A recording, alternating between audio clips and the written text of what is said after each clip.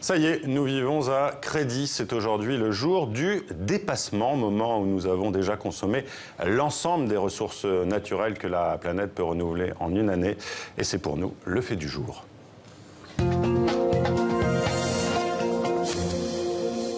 Et c'est un jour du dépassement qui intervient de plus en plus tôt chaque année. Une surconsommation en eau, en bois, en énergie, en nourriture avec des conséquences très inquiétantes. Merci Arnaud Goffier d'être avec nous. Vous êtes le responsable agriculture à l'ONG WWF. Arnaud Goffier, c'est l'ONG Global Footprint qui calcule ce jour du dépassement. Quelles sont ces méthodes ? Alors, les méthodes, c'est de rassembler des dizaines de milliers de publications scientifiques, des données des agences de l'ONU, des données qui viennent aussi d'agences de notation, d'agences de consulting, et derrière ça, de les rassembler en ce qu'on appelle un indicateur qui est la biocapacité mondiale. Et quand on voit que notre consommation de ressources naturelles dépasse cette biocapacité mondiale, c'est-à-dire qu'on surconsomme les ressources naturelles. Alors j'ai dit, ce jour du dépassement intervient de plus en plus tôt chaque année. En 97, c'était fin septembre. Aujourd'hui, donc c'est au début du mois d'août. Comment expliquez-vous cette surconsommation galopante depuis plus de 20 ans ? Cette surconsommation s'explique en grande partie via nos émissions de gaz à effet de serre qui explosent. Les émissions de CO2 augmentent de manière exponentielle depuis une cinquantaine d'années. Elles forment 60% en fait de cette empreinte écologique, donc de ce qui explique l'avancée de cette date. Ensuite, c'est que nous consommons aussi de plus en plus de nourriture, vous l'avez dit, de plus en plus de poissons, de plus en plus de forêts pour satisfaire nos besoins en papier, en bois de construction, mais aussi pour l'extension des terres agricoles. Et d'autre part, nous artificialisons aussi de plus en plus de terres agricoles via les villes, l'étalement des villes, les grandes infrastructures, les grands projets, Notre-Dame-des-Landes ou des lignes à grande vitesse. Quelles sont les conséquences précises de cette surconsommation en termes d'environnement ? Si on prend les émissions de gaz à effet de serre, les émissions de CO2, c'est très clair, c'est le changement climatique. C'est vraiment l'urgence actuellement, l'urgence qu'il faut combattre. On le voit tous les jours dans le sud de l'Europe, dans le monde entier. On a des sécheresses, on a des incendies à répétition. La Colombie-Britannique est touchée par une vague de chaleur sans précédent actuellement. Ils sont à plus de presque 40 degrés, ce qui est complètement inédit. Tout le sud de l'Europe a été touché par des incendies dévastateurs. Et l'Afrique centrale est touchée par une famine qui est en grande partie liée à la sécheresse. Alors, les principaux pénalisés de cette surconsommation, ce sont les êtres vivants dont font partie les êtres humains. Comment expliquez-vous qu'il n'y ait pas plus de prise de conscience des populations et des politiques ?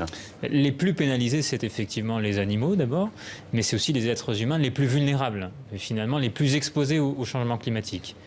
Et quand on regarde qui est-ce qui consomme le plus et qui est-ce qui génère finalement cette empreinte écologique, ce changement climatique, cette surconsommation des ressources, ce ne sont pas les plus pénalisés, ce sont en majorité les pays développés dont nous faisons partie. Les pays occidentaux. Hein. Les pays occidentaux. Si tout le monde vivait comme un Français, il nous faudrait l'équivalent de 3 planètes. Et comme un Australien, ils sont en tête de cette surconsommation. Il faudrait 5 planètes si tout le monde vivait comme un Australien. En revanche, les pays d'Afrique notamment ont une empreinte écologique qui est très faible. L'idée, ce n'est pas de vivre comme les pays les plus pauvres d'Afrique, mais c'est vraiment de diminuer notre empreinte écologique. Alors, vous évoquez l'Afrique, justement. On va regarder un reportage avec une initiative intéressante. Je pense que ça va vous intéresser, où une jeune entreprise fabrique des pirogues en utilisant des bouteilles en plastique usagées. Regardez. Au début, les pêcheurs le regardaient sans vraiment savoir où ils voulaient en venir. C'est lors de la première mise à l'eau que son projet a commencé à les intéresser. Étudiant et entrepreneur à Douala, Ismaël et Sommet Ebon fabriquent des pirogues en bouteilles en plastique usagées.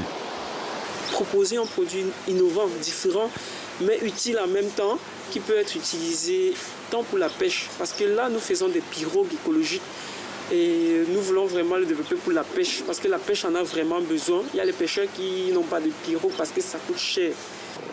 Les déchets et les bouteilles en plastique, Ismaël n'en peut plus. Il faut dire qu'à Douala, elle pullule. Chaque semaine, avec son équipe de bénévoles, le jeune entrepreneur sillonne les quartiers de sa ville natale pour collecter ces bouteilles qui ne sont pas biodégradables. Elles sont ensuite triées, lavées et liées pour construire les bateaux. 5 pirogues ont déjà été fabriquées par l'entreprise d'Ismaël. Malgré une nouvelle réglementation sur la gestion de ces déchets depuis 2014, au Cameroun, le plastique est un vrai problème d'environnement, d'autant plus actuellement en pleine saison des pluies. Arnaud Goffier, est-ce que ce genre d'initiative avec du recyclage, est-ce que ça peut aider à renverser la tendance de la surconsommation ? Alors, ça peut aider à résoudre une partie du plastique dans les océans, qui finit dans les océans en particulier, qui est une catastrophe écologique pour les animaux marins. En revanche, on ne peut pas dire que ça réduira le problème de la surconsommation, parce que l'idéal, ce serait de ne pas fabriquer ces bouteilles plastiques et de ne pas les utiliser, en tout cas de moins en utiliser. Alors qu'est-ce qu'il faut faire aujourd'hui justement? Le problème, c'est de ne pas exporter notre modèle de consommation qui est basé sur du jetable, qui est basé sur une surconsommation d'énergie fossile, qui est basé sur la surconsommation de ressources renouvelables ou non, à des pays en développement. C'est ça le problème. C'est quand on exporte l'utilisation de bouteilles plastiques à usage unique, jetables, dans un pays d'Afrique comme le Cameroun. Et on en voit les conséquences dans la rue. Où on n'a pas d'infrastructure de collecte et de traitement des déchets, on voit les conséquences. Merci Arnaud Goffier du WWF d'avoir été avec nous.